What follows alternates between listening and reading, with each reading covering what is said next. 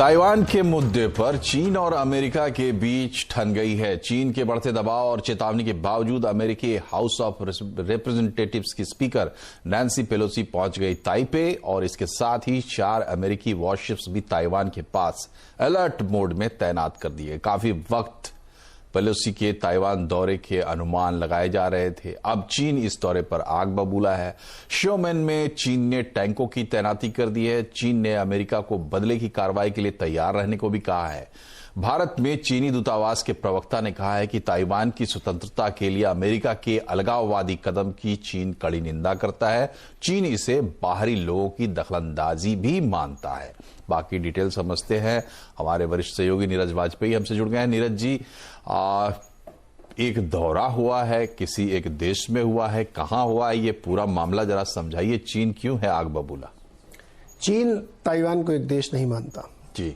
चीन कहता है वो हमारा हिस्सा है। एक असली लड़ाई की जड़ ये है।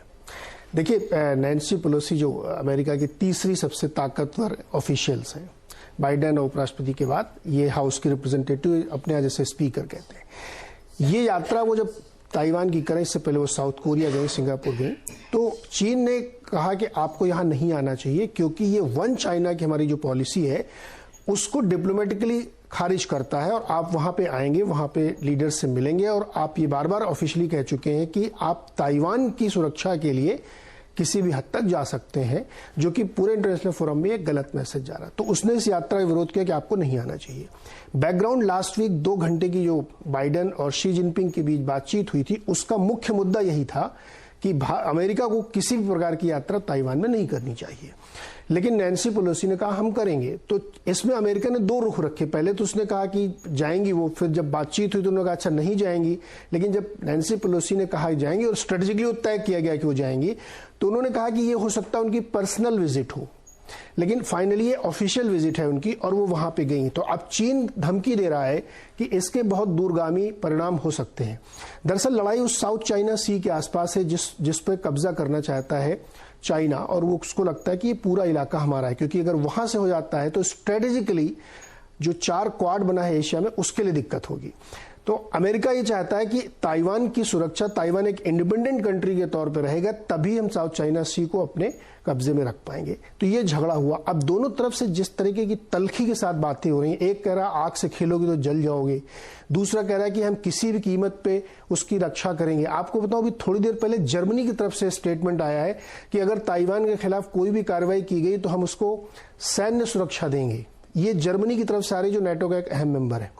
अब इस तरीके की बातचीत अगर हो रही तो ये एशियन रीजन में बहुत ही जबरदस्त जियोपॉलिटिकल टेंशन क्रिएट हो रही है। इसका असर बहुत जगहों पे हो रहा है। तो मुझे लगता है कि ये तलखी थोड़ी बढ़ेगी। हालांकि किस हद तक एस्केलेट होगी ये भी कहना मुश्किल है, लेकिन नैन्सी पेलोसी की यात्रा और ज्यादा चीन और अमेरिका के संबंधों को खराब करेगी, क्योंकि एक तरीके से आपने वहां पे ये कह दिया वहां पे विजिट करके कि आप ताइवान के साथ खड़े और उसकी इंडिपेंडेंस को सपोर्ट करते हैं, जिसको चाइना मानता ही नहीं है। जी अच्छा, इसमें 2-3 बातें हैं। एक तो कि क्या मतलब अमेरिका वहां चला गया, अपने उनकी रिप्रेजेंटेटिव चली गई, क्या कोई उधर से ऐसी भड़काने वाली कार्रवाई हुई थी इसलिए गया? नंबर 2 की क्वाड के मेंबर हम भी हैं, तो भारत पर भी अब तो नजर रहेगी। आप कह रहे हैं कि जर्मनी रिएक्ट कर रहा है तो भारत के रिएक्शन का भी इंतजार होगा।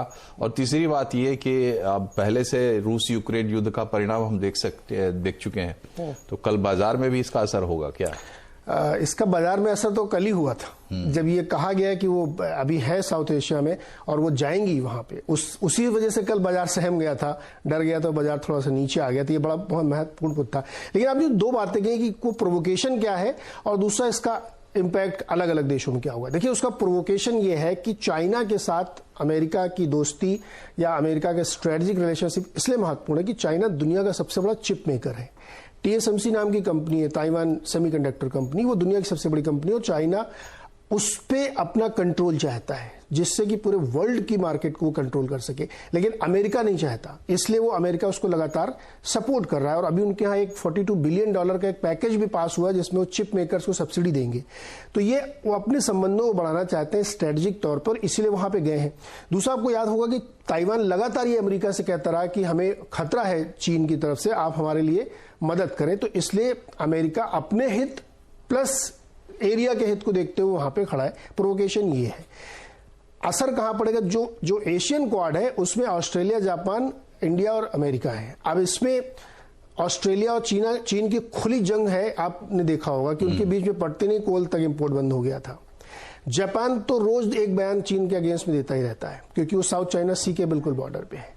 अमेरिका आपके सामने है। भारत के लिए एक बड़ी स्थिति कि आप क्या पोजीशन लेंगे। तो जो भारतीय चीन में भारत के राजदूत जिन्होंने ट्विटर पे लिखा है, भारत न्यूट्रल रहना चाहता है क्योंकि ये इसमें कोई ऐसा एस्केलेशन नहीं कि उसको स्टेटमेंट अभी देना हो। तो इसलिए मुझे लगता है कि भारत इसमें न्यूट्रल पोजीशन अभी रखेगा जब तक कि कोई बहुत बड़ा एस्केलेशन ना हो जिस पे उसको कम से कम स्टेटमेंट के तौर पर रिएक्ट करना पड़े। जर्मनी क्यों रिएक्ट कर रहा है? क्योंकि वो तो नाटो का एकदम एक्टिव मेंबर है, तो उसका तो बयान बनता है। अभी हो सकता है फ्रांस का भी बयान है इसमें कि नहीं, आप ताइवान को इस तरह से नहीं कर सकते हैं। तो एशियन क्षेत्र के लिए मुझे लगता है काफी दिक्कत वाली बात हो सकती है अगर ये एस्केलेट होता है। और हमें भूलना नहीं चाहिए कि यूक्रेन और रशिया का मामला ऐसे ही धीरे धीरे सुलग रहा था। चलिए, बहुत बहुत शुक्रिया।